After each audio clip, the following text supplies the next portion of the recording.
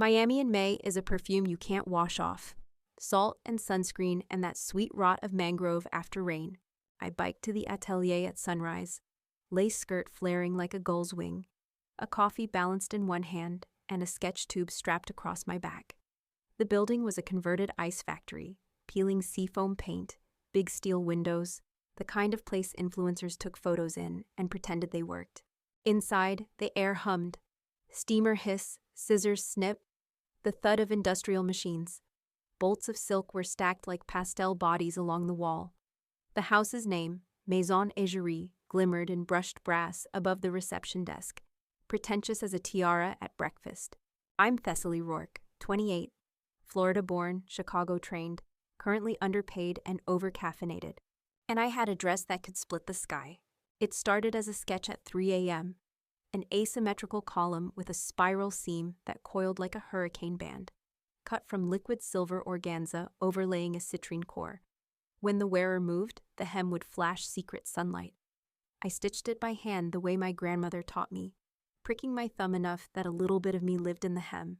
Tonight, a celebrity gala at the Perez Art Museum would debut our capsule. Not our, I guess, his. The creative director liked to gather credit like shells, but he had promised me a credit line on the program under emerging designer. A breadcrumb becomes a banquet when you're starving. And then there was Dorian. Morning, Tessa. He leaned in my doorway, cufflinks like fangs. Dorian Vale, fellow senior designer, yacht tanned, hair that never moved. He didn't sweat. He glowed. You look like you haven't slept.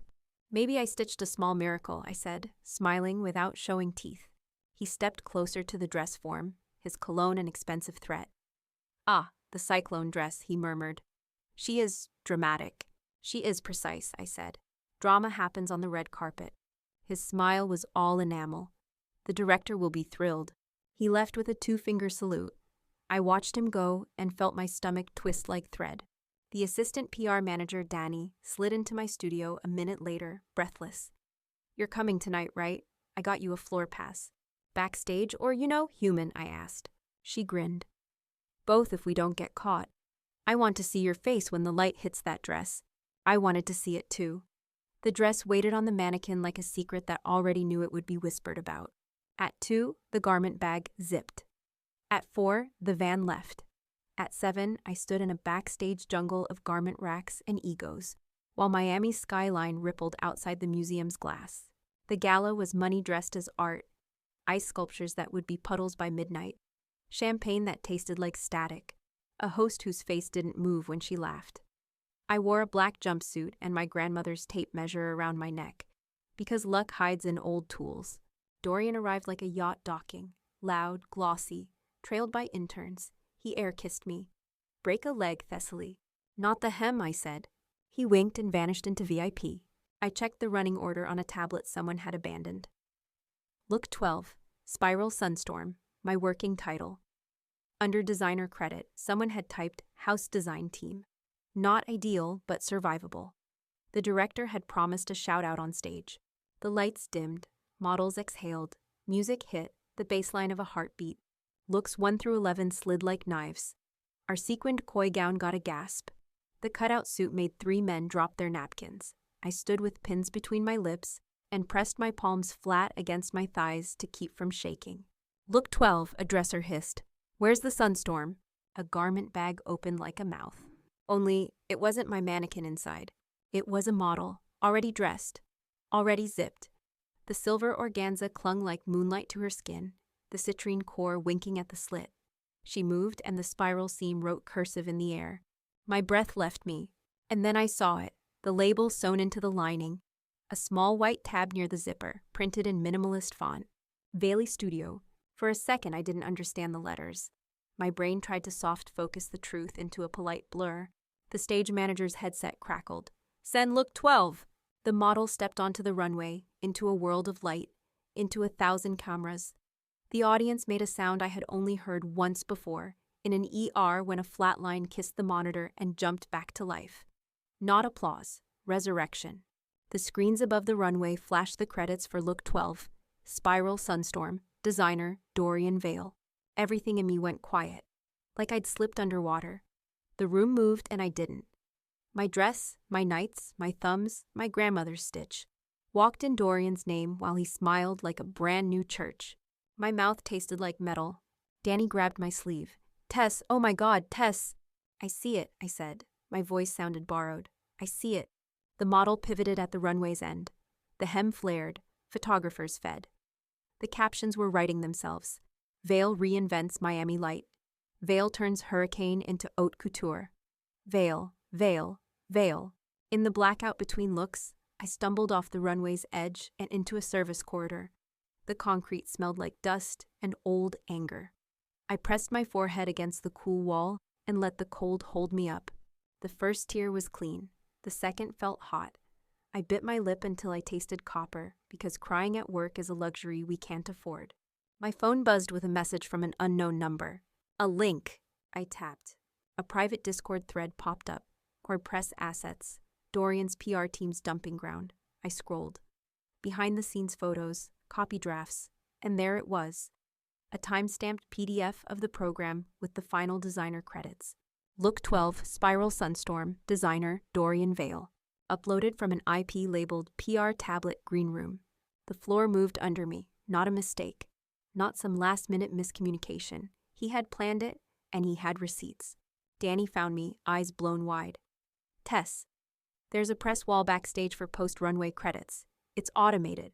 Pulls from the house database. If something were to change in the system, the wall would reflect it. I stared at her. Something. She swallowed. Like credits.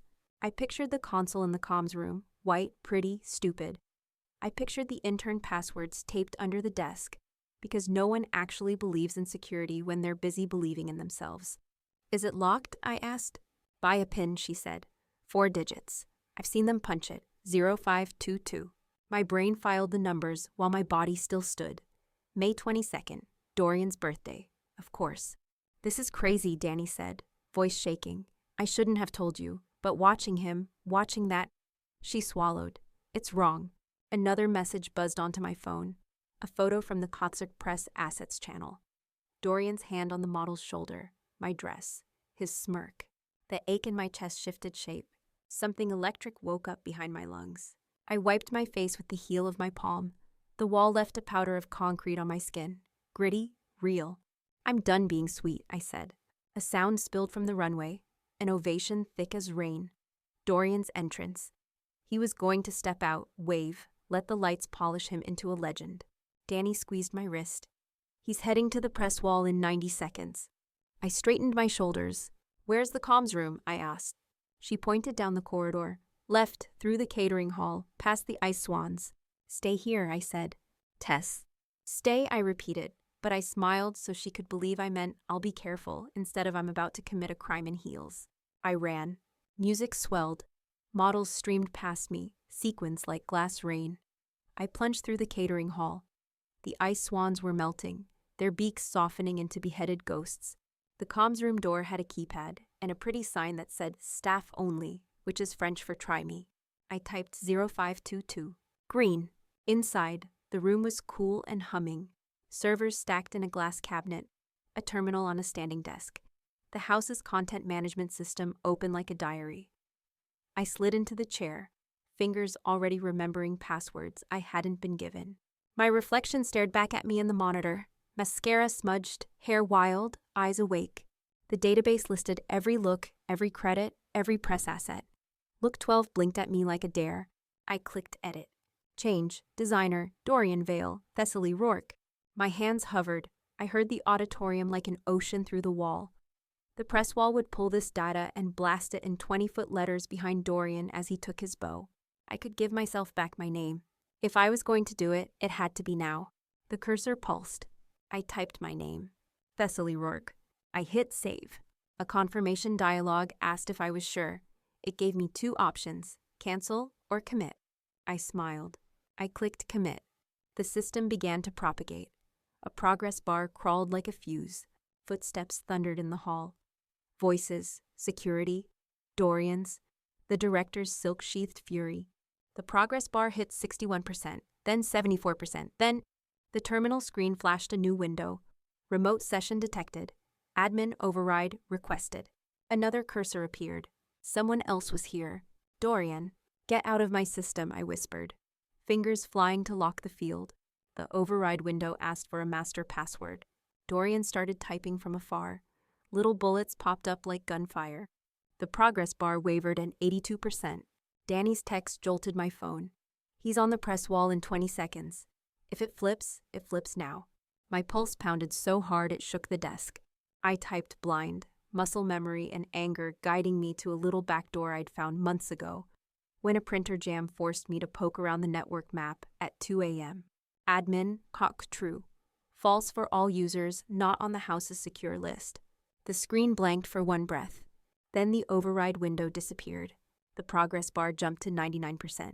A chorus of cameras fired on the other side of the wall. The screen refreshed. Look 12, Spiral Sunstorm, designer Thessaly Rourke. I exhaled a sound that was half laugh, half animal.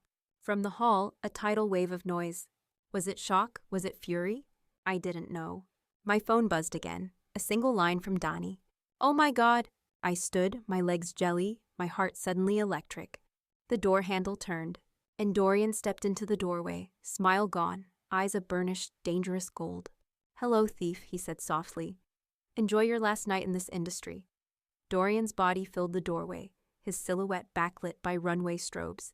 His eyes flicked to the terminal screen, still glowing with my name, Thessaly Rourke, and then back to me. You think you're clever? His voice was silk stretched over glass. You think anyone will believe you? I stood. My knees shook, but my spine locked. They don't have to believe me. They only have to read. Dorian's smile was a blade. I've erased bigger people than you. You're a sketch, Rourke, a footnote, a typo. I felt the words sting, but under the sting came something new. Heat, electricity. I wasn't a typo. I was the correction. From the stage, applause thundered. The press wall had already shifted. I pictured it. The 20-foot screen behind Dorian, his bow ruined by letters he couldn't scrub. Spiral Sunstorm, designer, Thessaly Rourke. The audience would be buzzing, journalists refreshing feeds, tweets firing. For the first time, my name in neon, unmissable. Dorian's jaw flexed. He knew it too. He lunged. I stumbled back, chair crashing. His hand slammed the desk, rattling the terminal. Undo it, he hissed. No. His grip tightened on the mouse, dragging toward the menu. I slapped his wrist, a sharp crack that echoed louder than I expected. His eyes widened, not from pain, but from shock. He wasn't used to anyone hitting back. Security voices barked in the corridor. Danny must have called them. Dorian's smile returned, cooler this time. Let them come. I'll tell them you hacked the system. You'll be out on the street before midnight. And that was the knife. I realized he wasn't entirely wrong. To the house, I was disposable, a junior, a shadow. Who would they believe? Him with contracts and clients, or me with passion and stubbornness? The room tilted, but then I remembered the audience's gasp when the credit shifted. The way silence had stretched, broken by a frenzy of shudders. The world outside this building didn't belong to him, not anymore. The door burst open. Security in black polos stormed in. What's happening here? Dorian straightened instantly, voice smooth. This woman has hacked proprietary systems and sabotaged our brand assets. I demand she be removed. I opened my mouth, but Danny cut in. God bless her. No, I saw her in here. Yes, but she wasn't sabotaging. She was correcting. That design is hers. Security glanced between us, caught in the crossfire. I forced my voice steady. Check the Discord log. Timestamp. The upload came from his team. He took my credit before I touched anything. One guard frowned. We'll need to escalate this. Dorian's face tightened. Fine, escalate. Call the director. The director arrived minutes later, silver hair immaculate, fury radiating like heat. She looked at the screen, then at me, then at Dorian. Her voice was ice. Explain. Dorian launched into a performance. How I was unstable, how I obsessed, how I forced myself into his spotlight. His words coiled like snakes, each syllable honed. But I didn't interrupt. I just reached into my pocket and held up my phone. One tap. The photos appeared, Dorian's label stitched in my dress, his smug smirk in the PR channel, his own fingerprints time-stamped in the theft. I held it up like a torch. Explain that. The room went still. The director's jaw clenched. Out, she told security. Dorian blinked. Wait. Out, she repeated. 2 guards moved forward. For the first time, Dorian's charm cracked. He looked at me, fury twisting like smoke. This isn't over, Thessaly. No, I said. It's just starting. They dragged him out.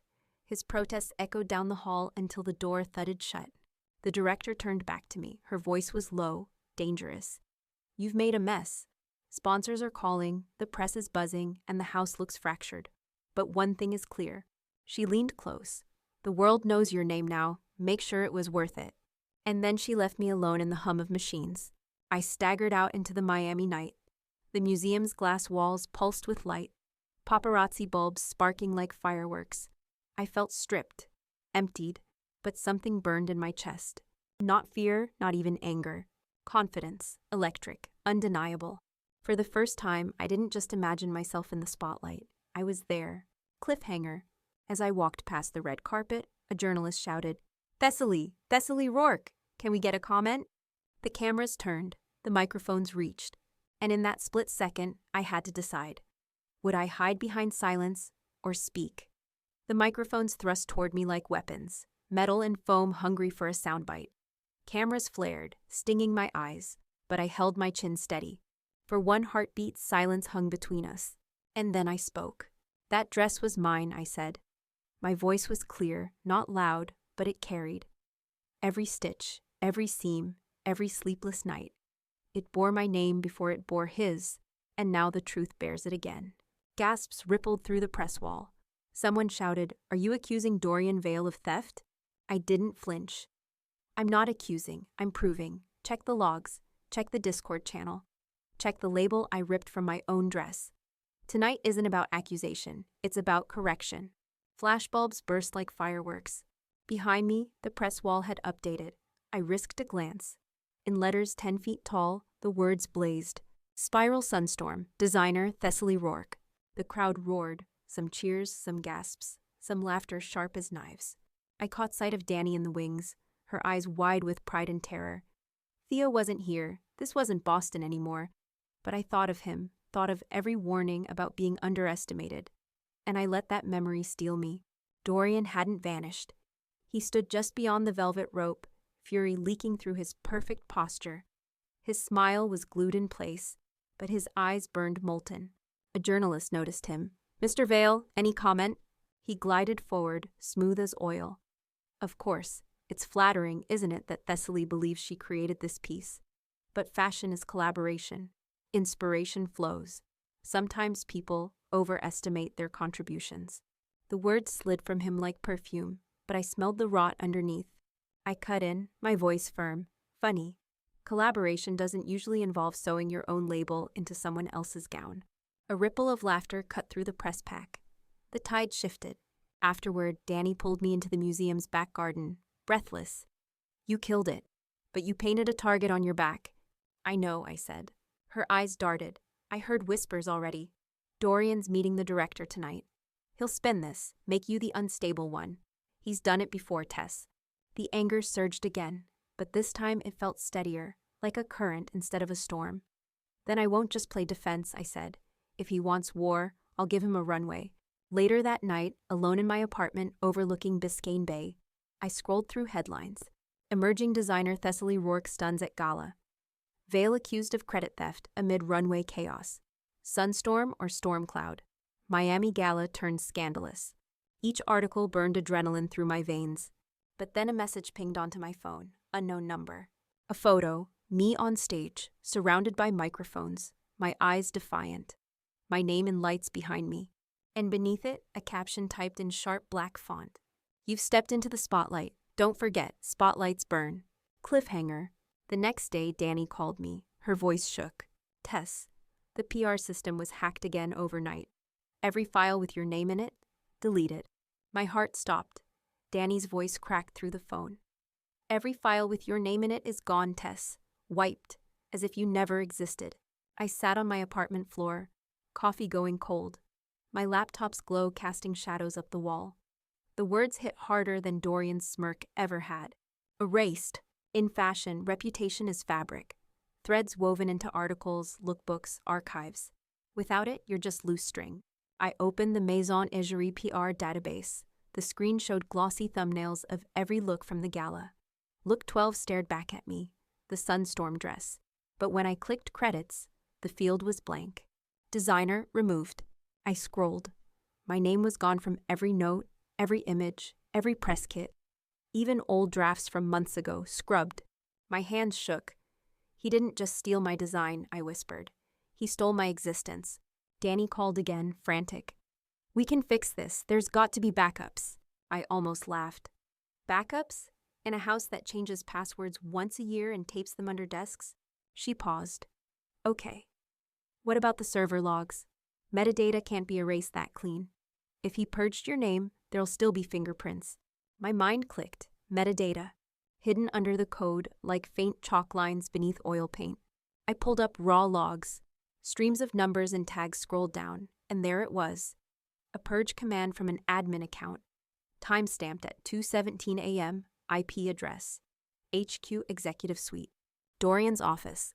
Proof. But proof rots if no one sees it. Later that morning, I marched into Maison Egérie. Heads turned, whispers curled like smoke. Some interns smiled at me, tiny flickers of rebellion. But most looked away, afraid. At the reception desk, the PR manager blocked me with a stiff smile. You're not scheduled today, Ms. Rourke. I'm not here to schedule, I said. I'm here to correct. She frowned. Correct what?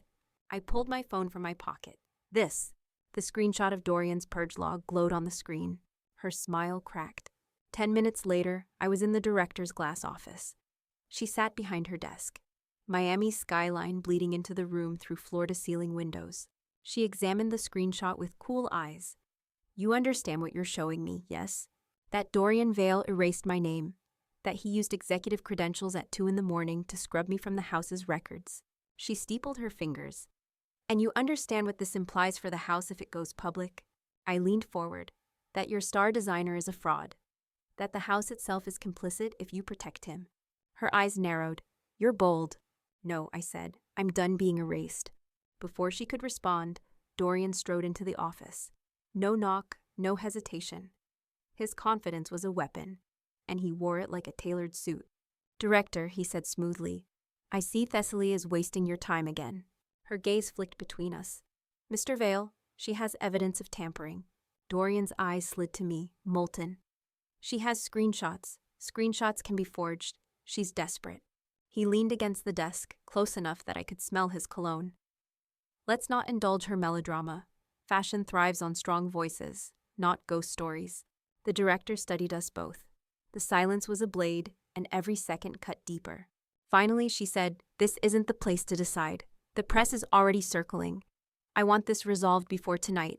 If either of you is lying, the fallout will bury you. Her voice hardened. Both of you, prepare your evidence. Tomorrow morning, we review. Here, no excuses. As I left the office, Danny caught me in the hall. Her face was pale. He's not going to play fair. If you show your log, he'll counter with something uglier. Tess, he'll smear you. I exhaled, steadying myself. Then let him. I'll be louder. That night, back in my apartment, I drafted my plan. If Dorian wanted to erase me in private, I would resurrect myself in public. Not with a whisper, with a broadcast. The celebrity's DM pulsed on my screen, glowing brighter than any runway spotlight. A verified blue check, millions of followers, a caption asking the world who I was. For the first time, it wasn't just me shouting into a void. Someone people listened to had said my name. I typed carefully, my fingers trembling. Hi, I'm Thessaly Rourke. That dress, the spiral sunstorm, was my design. I hand-stitched it, but credit was stolen. I'm fighting to take it back. I hovered, then hit send. Minutes later, a reply pinged. I believe you. Send me your sketches. Receipts matter. My sketchbook was thick with graphite lines and coffee stains, but I photographed each page. The spiral seemed traced like storm bands, the citrine fabric swatches taped inside. I even snapped the thumb I'd pricked while stitching, tiny scars still visible. Proof in blood and thread. The celebrity reposted instantly. Meet Thessaly Rourke, the real designer behind my gala dress. Attached were my sketches, tagged to millions. The internet did what it always does. It split. Some called me bold, an underdog rising. Others sneered that I was lying for clout. but every mention spread my name further. Thessaly, Thessaly, Thessaly. By noon, my inbox exploded. Journalists, bloggers, even small-town radio stations. Danny called, squealing. Tess, you're trending. Number 6 in the U.S. I laughed, dizzy. 6? Yes, 6. Right under some politician's scandal and above a pop star's divorce. But joy came laced with fear, because if I was trending, Dorian would see. And Dorian never let the spotlight leave without trying to burn it out. Sure enough, an hour later, an article dropped. Headline: Sources claim Thessaly Rourke fabricated design story. The source? Anonymous colleagues. Quotes dripping with poison. She was unstable. She exaggerated her role.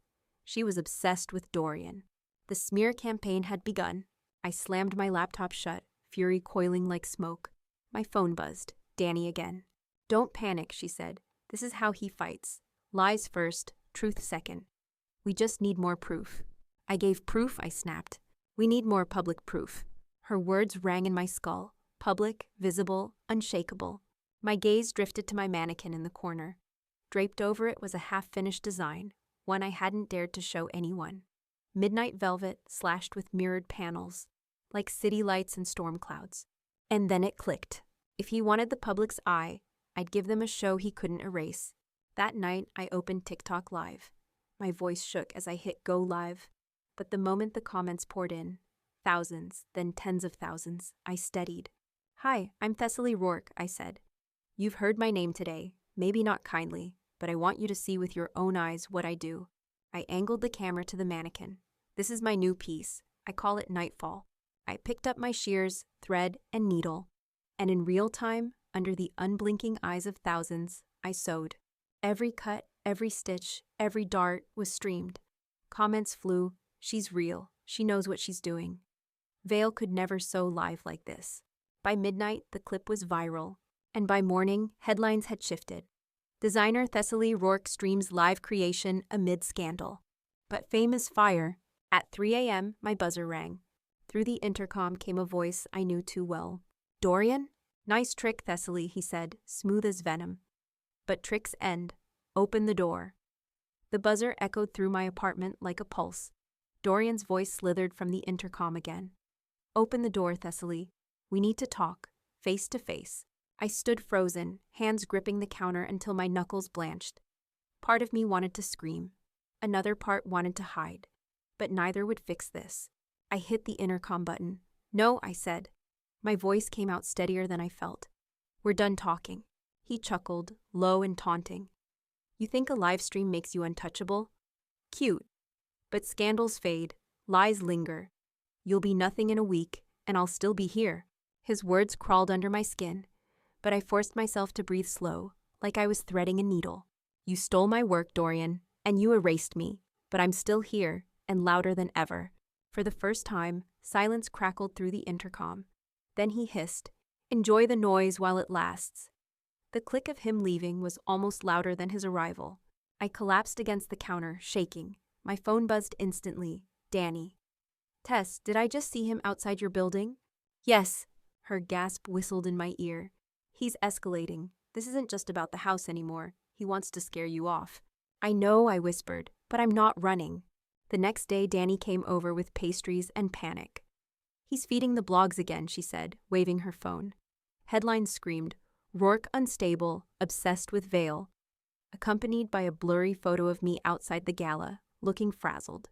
He's trying to rewrite your story, Danny muttered. Then I'll write it louder, I said. That afternoon, I drafted a thread on Twitter, every screenshot, every log, every sketch time-stamped.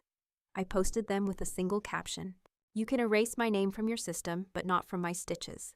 Thessaly Rourke. The thread blew up. Verified designers retweeted. Fashion students flooded comments with solidarity. Even a few rival houses chimed in. Not allies, exactly, but they smelled blood in Veil's waters. By evening, I got another DM, this time from the celebrity herself. Press wants me on a panel tomorrow about the gala scandal. Want to join? Tell your side? I stared at the screen. This was it, an unfiltered stage, dangerous but real. I typed back, yes. Later that night, alone, I worked on the Nightfall dress again. Needle, thread, velvet under my fingers. Each stitch steadied me. But as I stitched, my phone lit up. A video. Dorian, recorded in some luxury office.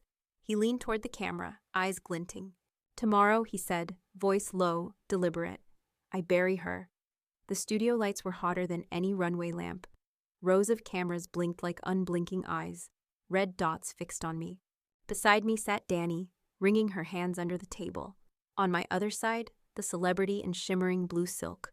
Calm, magnetic, every inch the star. And across from me, Dorian Vale. Perfect suit, perfect smile, venom disguised as velvet. The host introduced us like characters in a play. Tonight we're joined by designer Dorian Vale and emerging talent Thessaly Rourke to discuss the controversy shaking the fashion world. My pulse thudded so loud I thought the mics might pick it up. Dorian went first, smooth as poured wine. "Fashion is about collaboration," he said. "Sometimes lines blur, ideas cross-pollinate. Unfortunately, misunderstandings happen." He glanced at me, eyes sharp. "What saddens me most is watching a promising young designer twist a shared effort into accusations. Thessaly is talented, yes, but unstable. I only hope she finds peace instead of feeding this circus." Gasps rippled in the studio, a calculated blow. The host turned to me. "Ms. Rourke, your response." I inhaled, slow, steady, then I leaned into the mic. "Fashion is collaboration," I said. Echoing him. "But collaboration doesn't mean theft. Collaboration doesn't mean sewing your label into someone else's dress." The audience stirred. The celebrity beside me smiled faintly, approving. I pulled my sketchbook onto the table. "This is Spiral Sunstorm, my first sketch. Dated, signed, smudged with coffee stains. This is my fabric swatch. This is the blood I pricked on my thumb while stitching. Every page proves what I built." I slid the screenshots forward. "And this, metadata logs, showing exactly when my name was deleted from his office at 2:17 a.m. The host's eyes widened, cameras zoomed. The audience murmured like a storm swelling. Dorian's mask flickered. He laughed too loud. "Convenient. Screenshots can be forged. Sketchbooks can be faked." The celebrity cut in, her voice calm but cold.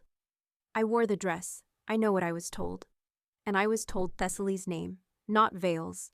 Her words dropped like stones in water. The ripple was instant. The host turned back to Dorian. "Mr. Vale, would you care to explain the purge logs?"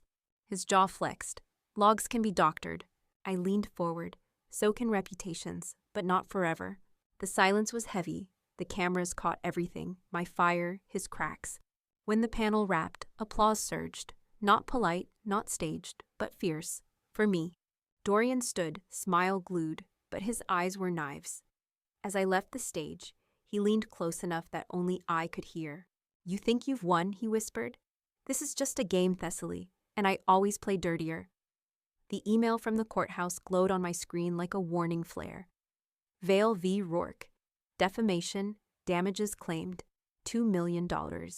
Paper bullets, but deadly all the same. Danny paced my apartment, muttering curses. "He's not even trying to win," she said. "This is a slap suit, strategic. Meant to silence you. Dorian just wants you broke and quiet." "I don't have $2 million, I whispered. "You don't need it," she said firmly. "You need a strategy." The next morning, I met with a lawyer friend of Danny's, Lucia, sharp-eyed, Miami-born, her nails painted like war flags. "He's banking on fear," Lucia explained. "These cases drag on, but the court of public opinion moves faster. If you survive in the headlines, you survive in the courtroom." "Meaning?" I asked. "Meaning we fight outside as much as inside." So I fought. I posted my process videos, time-lapse stitches, fabric draping, patterns evolving. I captioned them. "Design is proof. Design leaves fingerprints." They went viral, again. Students copied the seams for homework. Hobbyists tagged me in recreations. The Rourke spiral trended on TikTok. Every stitch I showed became a weapon. Dorian countered with glossy spreads in magazines, full-page ads, him with celebrities, him sketching theatrically, him framed as a visionary. But beneath every ad, the comments turned. "Where's his process?" Funny, Thessaly showed hers. "Visionaries don't erase people." His veneer cracked in real time. Then came the twist. An anonymous email landed in my inbox. Subject: "You want the truth? Follow the thread." Attached was a PDF. An internal invoice, dated weeks before the gala, showing the Sunstorm fabric order, paid not from Vale's budget, but from my junior account. He hadn't even bothered to hide the receipts. I called Danny, voice shaking. "We have him. This proves I funded the dress myself." But Danny's voice wavered. "Tess, if we go public with this, he'll know someone inside leaked. He'll come after them." I stared at the invoice, the damning total circled in red. Someone in the house wanted me to win, but they were risking everything. That night, I stitched again, letting the needle think while I couldn't. Each jab into fabric whispered the same truth. If he plays with lawsuits, I'll play with light. If he buries me in paper, I'll rise in pixels. The countdown ticked on Instagram. Dorian Vale, live in 5 minutes. Millions were waiting. My name was trending with his, locked in digital combat. Danny paced behind me. "If he controls the narrative, Tess, you're finished." I stared at my laptop. The invoice glowed on the screen, undeniable proof he'd stolen not just credit, but my budget. My finger hovered over the mouse. "Leak it now," Danny urged. "Beat him at his own game." But my chest tightened. If I posted, whoever leaked it inside the house could be exposed. And yet, if I stayed silent, I'd lose everything. The countdown hit 0. Dorian appeared on the live stream, flawless in his penthouse office, glass skyline glittering behind him. "Good evening," he said, voice honey. "Tonight I reveal what Thessaly Rourke doesn't want you to know." The comments exploded. Hearts, laugh emojis, fire. He leaned closer to the camera. "She was my assistant. She begged for credit she hadn't earned. She lied about funding, about stitching, about everything. And now she's slandering me because she can't stand in the spotlight." I felt my stomach churn, and then he pulled out something, a sketchbook. Mine. He flipped it open to pages of the Sunstorm dress, my handwriting, my lines. But the signature, my name, was gone, erased. Pages scrubbed clean. "This," he said, smirking, "is proof she fabricated. Anyone can doodle a storm, but real designers bring it to life." The comments split like lightning, half gasps, half doubt, half support. Danny clutched my arm. "He must have stolen it from the atelier. Tess, he has your book." My phone buzzed. A DM from the anonymous sender again. "Drop the invoice. Protect me later. Win now." My pulse thundered. I dragged the file into Twitter. Hit upload.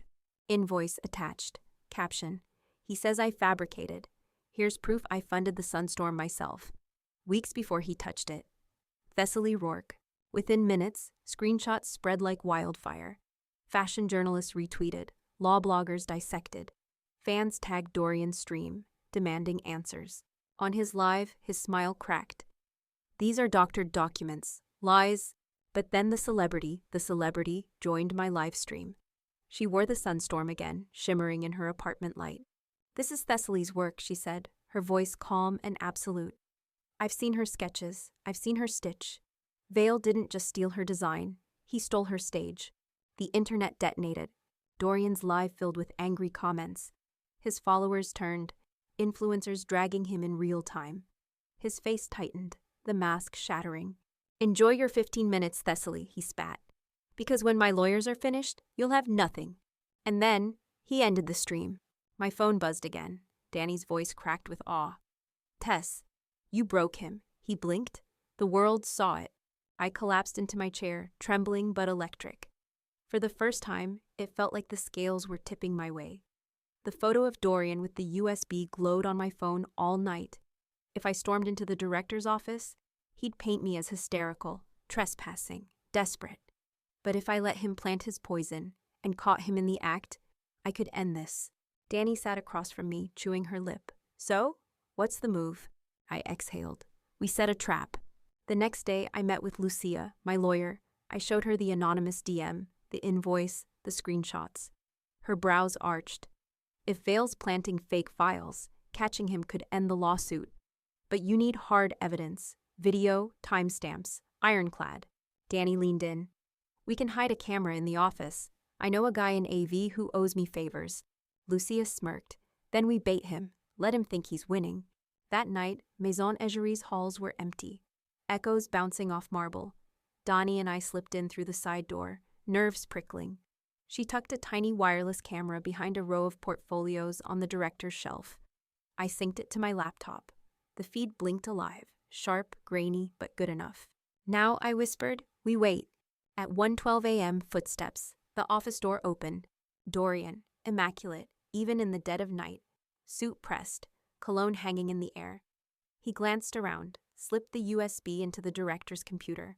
On the camera feed, I saw him drag files into a folder labeled Rourke, Confidential. The file names chilled me. Fraud sketches.pdf, invoice, fake PNG, confession, draft docs. He was fabricating my downfall. Beside me in the dark, Danny squeezed my arm. Got him, she whispered. But my gut twisted. This wasn't just evidence, it was a time bomb. If the director opened those files tomorrow, my reputation would be nuclear ash. I whispered, we need more than video.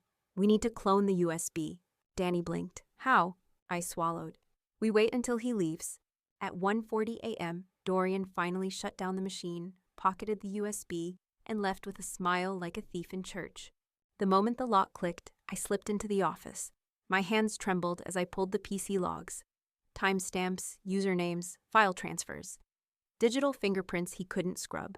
Danny grabbed a second USB from her bag. We cloned the poisoned files before he could use them against me. Now we had proof of his lies and copies of his fakes. Back at my apartment, Lucia's voice buzzed on speaker. This is gold. Tomorrow, when he unveils his so-called evidence, you'll unveil the real evidence of him planting it.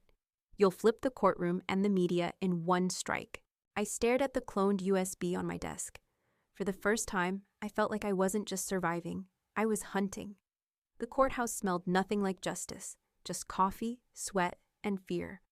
Reporters swarmed the steps, microphones like bayonets. Cameras flashed. I walked in with Danny on one side and Lucia on the other. My nightfall dress swished around my ankles. Not finished, but dramatic enough to remind the world I was still creating. Still alive. Inside, the air buzzed with whispers. That's her. That's Rourke. The one who fought Vale.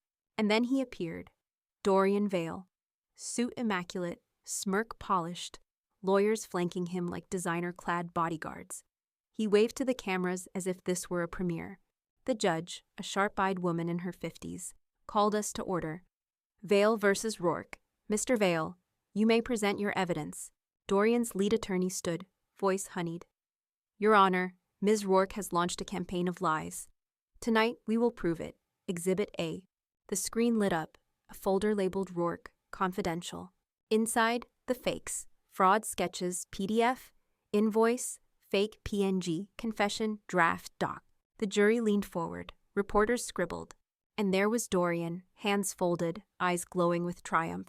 Lucia leaned toward me. Breathe. Trust the trap. The judge scanned the files. Ms. Rourke, do you have a response? I rose. My legs wobbled, but my voice did not. Yes, Your Honor, I do. Lucia clicked her laptop. On the courtroom screen appeared the grainy footage from our hidden camera. Dorian at 1:12 a.m., sliding the USB into the director's computer. Dorian dragging the very files into the folder. Dorian smirking as he left. The room erupted. Gasps, whispers, a reporter dropping his pen. Exhibit B, Lucia said calmly. PC logs, timestamped. User account, Vale, D, file creation, 1:13 a.m. Evidence of planting, not discovery. The judge's eyes sharpened. Mr. Vale, care to explain why you were in the director's office after hours? Dorian's mask faltered. His lawyer sputtered. Clearly doctored footage. Lucia cut him off, steel in her voice. Your Honor, we have the cloned files. Metadata confirms creation at the exact time Vale accessed the system. The so-called evidence isn't mine. It's his forgery. For the first time, I looked at Dorian and saw fear. Small, but real. His fingers tapped the table like a trapped man counting exits. I leaned toward the mic. You tried to erase me, Dorian, but stitches don't lie, and cameras don't blink. The audience gasped again. Reporters typed like mad. The judge slammed her gavel. This matter requires further review. Until then, Mr. Vale, your credibility is in serious question. As we left the courthouse, cameras swarmed. Thessaly, how do you feel? Thessaly, did you trap him? Thessaly, what's next? I smiled for the first time in weeks. The truth is next. But as I slid into the car with Dani and Lucia, my phone buzzed. Another DM from the anonymous source. You hurt him today. Good, but remember, the director plays both sides. Be ready. Attached. A clearer photo this time. The director shaking Dorian's hand, smiling. The director's smile in that leaked photo haunted me. Dorian Vale was a predator, but predators don't thrive without protectors. And if the director of Maison Agerie was shielding him, then the rot went deeper than I imagined. Danny stormed into my loft the next morning, clutching a box of croissants like weapons. Forget dresses, Tess. We're not fighting a man anymore, we're fighting an institution. Lucia joined us over coffee, her eyes sharp. The director has sway with the board donors and the press. If she backs Vale, the courtroom may stall. But if we prove she's complicit, we turn her from shield to liability. How? I asked, exhausted. Lucia smirked. Paper trails don't lie. Money leaves scars. For 2 weeks we dug. Donnie charmed interns into sharing whispers. Late-night meetings, files disappearing, assistants dismissed after asking questions. Lucia pulled corporate records, tracing shell companies tied to Agerie's funding. One night, an email landed in my inbox. From the anonymous source again. Subject: You're looking in the right place. Attached: financial ledgers. Payments from Vale's personal accounts routed to consulting fees. Under the director's name. Dates aligned perfectly with the gala timeline. I stared at the numbers until they blurred. He hadn't just stolen my design. He'd bought her silence. Danny cursed under her breath. She sold out an entire house's integrity for pocket money. Lucia leaned back, tapping her pen. This is conspiracy. If we leak this, it doesn't just save you, it blows open the house. But fear gnawed. If the director fell, Agerie could collapse. Hundreds of seamstresses, interns, creatives, people who had nothing to do with this, might lose jobs. I whispered, am I saving myself only to burn everyone else? Danny touched my shoulder. Tess, you didn't build the fire. You're just showing where it burns. We drafted a plan. Leak the financial ledgers to a journalist known for exposing corruption. Pair it with my testimony and the hidden camera footage. Time it to hit before Vale's next court date. Lucia warned, this is war. Once we go public, they'll hit back harder than ever. I nodded. My hands shook, but my voice didn't. Then let them. 2 days later, the article dropped. Headline: Fashion giant Maison Agerie, rocked by bribery scandal. Director linked to designer Dorian Vale. The internet erupted. Journalists camped outside the house. Donors froze their checks. And for the first time, Dorian's smirk vanished from the news cycle. The photo of us walking down the street wouldn't leave my mind. Someone was close enough to snap it without us noticing. Close enough to remind me that this wasn't just a digital war anymore. It was physical, it was dangerous. That night, as Danny crashed on my couch, just in case, I swore I heard footsteps outside the loft. Every creak in the hallway felt like a countdown. I clutched my shears tighter than I'd ever gripped them in the studio. At 2 a.m., my phone buzzed again. Another DM. Stay quiet, Thessaly, or stitches won't be the only things cut. A blurry photo followed. My window, taken from the street below. My throat went dry. The next morning, Lucia stormed in. This isn't intimidation anymore. It's harassment. We need to file a report.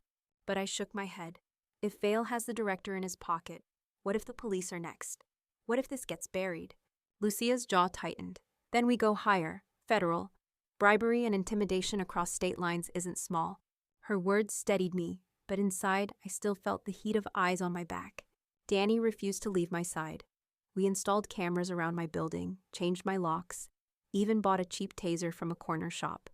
I hated living like prey, but I knew this is what desperate men do when their empire cracks.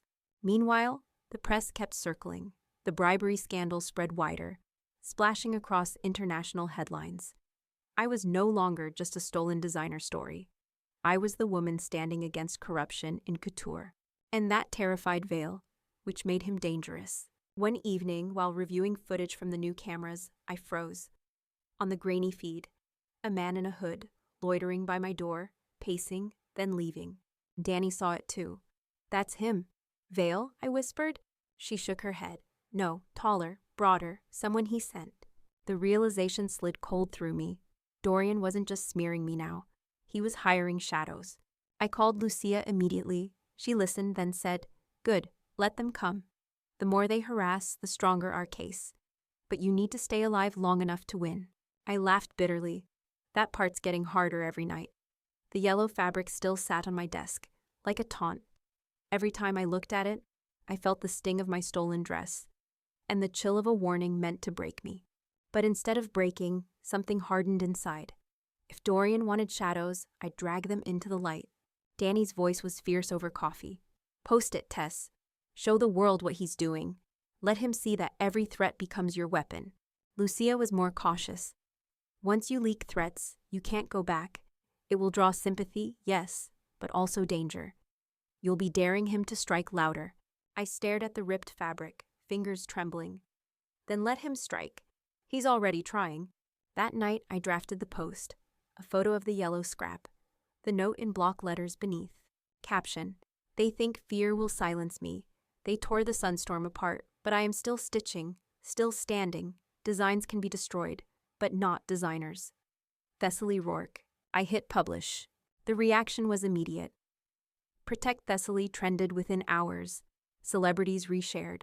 Student designers sent messages of solidarity. A senator even tweeted, "Intimidation in the fashion industry is still intimidation. This deserves investigation."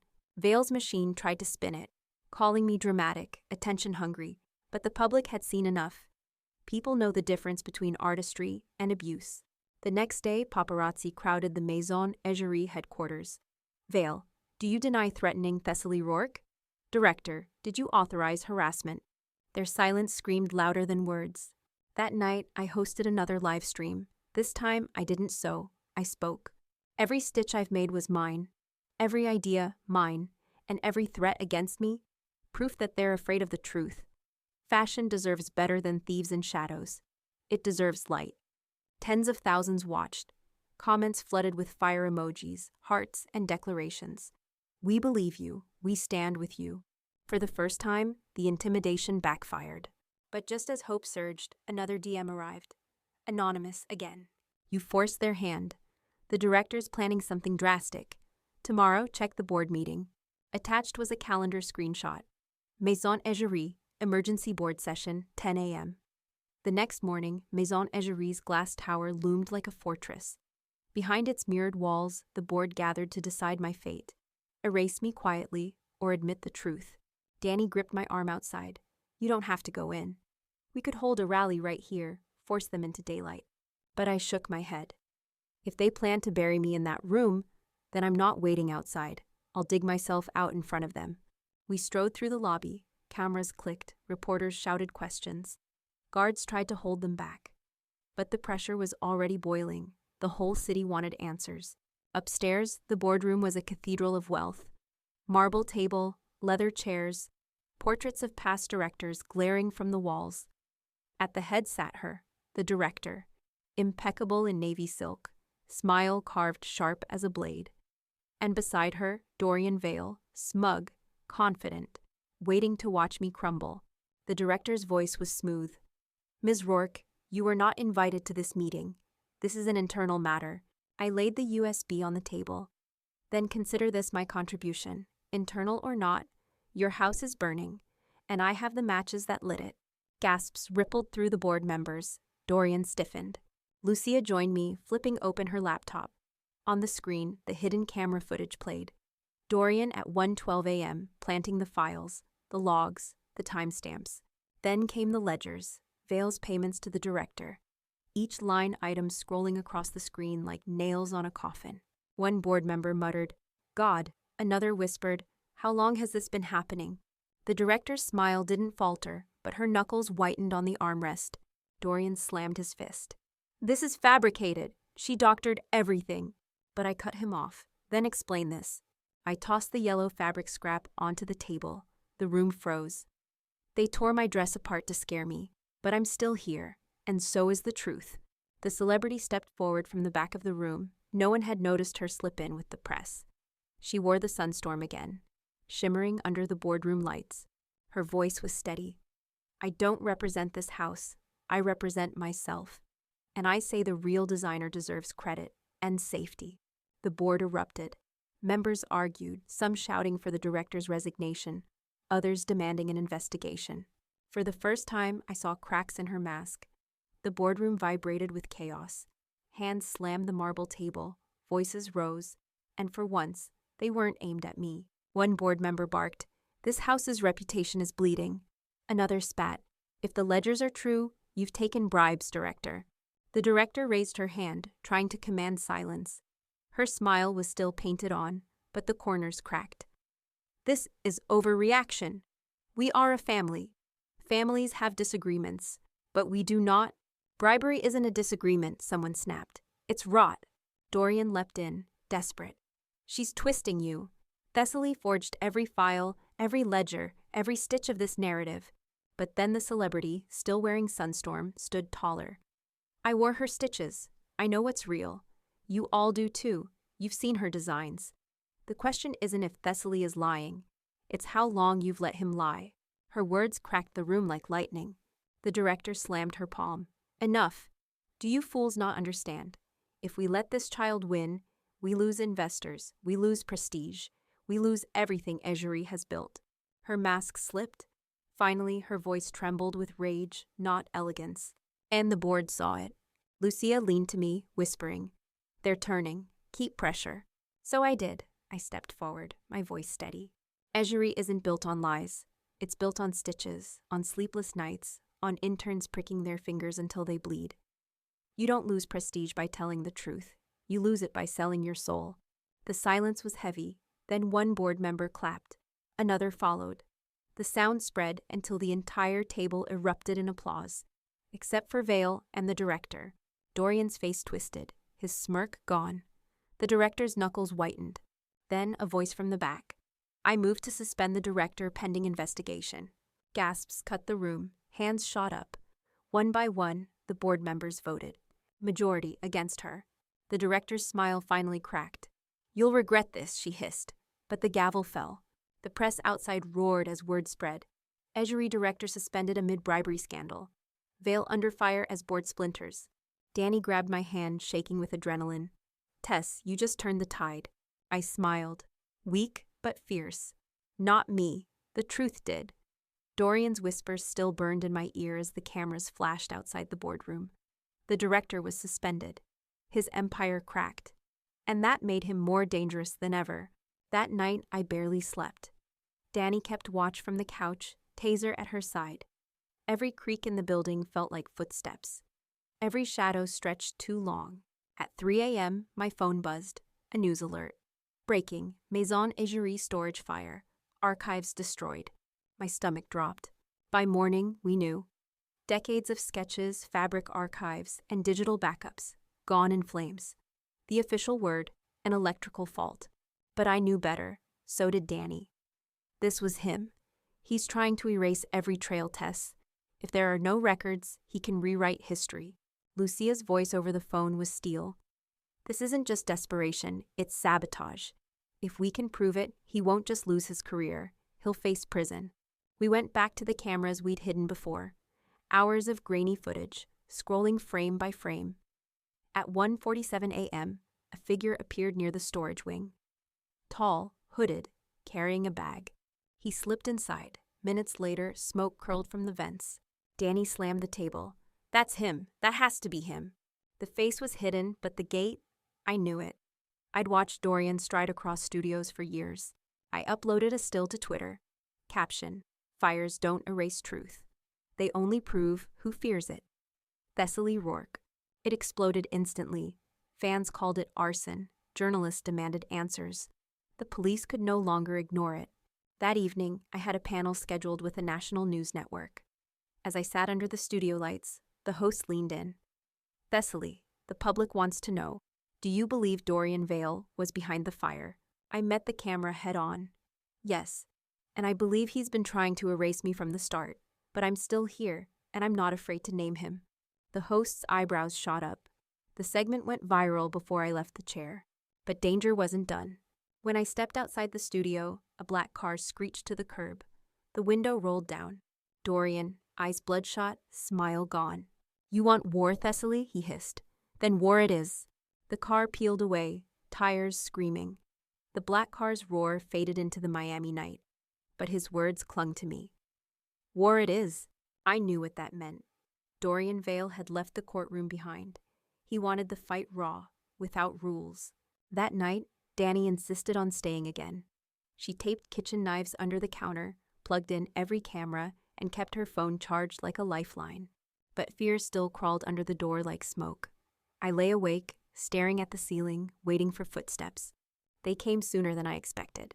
A crash below my loft, glass shattering, alarms shrieking. I bolted upright. Danny shouted from the kitchen, "Tess, stay down!" We peeked out the window, flames licked from a trash bin below, fire climbing toward the stairs. "He's trying to smoke us out," Danny said, voice shaking. My phone buzzed. Another DM. "This ends tonight." We scrambled down the back exit, coughing through smoke. On the street, shadows shifted. Then, him. Dorian Vale. No suit, no polish. Just rage in a hoodie, eyes wild. He stepped from the alley, a shard of glass in his hand. "You ruined me," he spat. "You took everything." I steadied my breath. "No, Dorian, you ruined yourself. I just showed the world." He lunged. The shard flashed under the streetlights. Danny screamed, swinging her taser. Sparks cracked the night. Dorian staggered but didn't fall. I grabbed the first thing I could, a mannequin arm from the trash near the fashion school across the street. Ridiculous, but solid. He came again. I swung. The crack echoed as plastic met bone. Police sirens wailed in the distance. Neighbors shouted, phones recording. The world would see this too. Dorian dropped the shard, clutching his arm, eyes blazing with hate and disbelief. "You think this ends me?" he hissed. "You'll never." Red and blue lights washed over us. Officers closed in. Danny grabbed my hand, breathless. "He's done, Tess. He's done." But even as they cuffed him, Dorian locked eyes with me. A twisted smile crept back, faint but chilling. "You don't win by surviving. You win by lasting. Let's see if you last." Morning came sharp, hot, and heavy with headlines. Vale arrested after late-night confrontation with Rourke. Maison Egerie in flames. Scandal deepens. But the anonymous DM echoed louder than any article. "The director still has cards left. Watch tomorrow." Danny shoved her phone in my face over coffee. "Tess, look, she's already moving." A press release from Maison Egerie glowed on the screen. Effective immediately. The Sally Rourke permanently barred from all Egerie-affiliated events. Pending investigation into misconduct. My stomach dropped. Even with Dorian in handcuffs, the director was trying to erase me. Lucia stormed into the loft, papers in hand. "She's playing survival. By making you the scapegoat, she tries to convince donors and the board she's still in control." "She's cornered," Danny muttered, "and cornered animals bite." I clenched my fists. "She wants to bury me officially, then I'll bury her publicly." That afternoon, we hatched the plan. Lucia reached out to the journalist who'd broken the bribery story. Danny rallied students and designers who had been pushed out or silenced by Egerie. And me? I stitched. The nightfall dress, unfinished, waiting, became my weapon. Every mirrored panel gleamed like truth cutting through lies. By evening, I walked into the emergency board press conference the director had arranged. She stood at the podium, navy silk gleaming, smile brittle, but rehearsed. "Egerie is not defined by scandal," she declared. "It is defined by resilience. We will move forward, leaving behind those who bring us shame." Reporters scribbled, flashes popped, and then I stepped forward in the nightfall dress, its mirrors catching every light. The room hushed. "Leaving behind the truth won't save you," I said, my voice ringing. "This house was built by hands like mine, by interns, by seamstresses, by designers erased so you could shine. But no more." Gasps filled the room. Lucia connected her laptop to the projector. The footage rolled, the payments, the bribes, the late-night deals, and finally, the hooded figure at the fire. The board members' faces blanched. The director's voice cracked. "Fabrications, lies!" But the celebrity's voice cut her down. "I wore Thessaly's work. I saw her fight. And I see the truth here, today. Egerie deserves better than thieves." Applause thundered. Cameras turned from her to me. The director's mask shattered. She screamed over the noise, "You'll all regret this," before storming out, security trailing. Lena's face glowed on my phone screen. Not a ghost, not a rumor. Her. The roommate who vanished in the middle of finals, leaving only a half-written note. Now she was back, with a crooked grin. It was me, Tess. The one who sent the invoices, the footage, the warnings. I couldn't let him destroy you like he destroyed me. We met that night at a quiet cafe on the edge of Miami. Her eyeliner was smudged, her hair shorter, but her fire was the same. Vale used me first, she admitted. Back when I was fresh, desperate. He dangled credit, then erased me. The director covered it. I walked away before it killed me. But when I saw it happening to you, I couldn't stay gone. I gripped her hand, tears stinging. All this time, you were the thread keeping me from unraveling. She smirked. Threads are stronger when they knot together. The next morning, headlines roared. Director resigns amid scandal. Vale charged with arson and fraud. Maison Egerie fractured, but not gone. The board promised reform, transparency, a house reborn. And my name? For the first time, it wasn't whispered. It was shouted. Weeks later, the Nightfall dress stood on its own runway. Mirrored panels glittered under spotlights, catching every flash, reflecting every face. When I walked out, the applause was thunder. I saw Danny in the front row, screaming like a proud sister. Lucia, arms crossed, smiling like she'd won a case bigger than law. And Lena, arms folded, but eyes shining. For once, the stage was mine. When the show ended, I stepped forward, mic in hand. Designs can be stolen, reputations can be shredded, but what lasts are stitches, the ones we make, the ones that bind us, the ones no thief can cut. I was erased, and I came back, stronger, louder, unbreakable. The crowd rose, standing, clapping until the lights shook. Later, alone backstage, I touched the Nightfall fabric one last time. Soft velvet, hard mirrors, like me, scarred, but still shining. Epilogue. Dorian Vale was sentenced. The director faded into silence. Maison Egerie clawed its way back, rebuilt by those who once toiled in shadows. And me? I signed my own label, Rourke Studios. The lesson was stitched in every seam. You can tear a dress apart, but you cannot tear apart the woman who made it.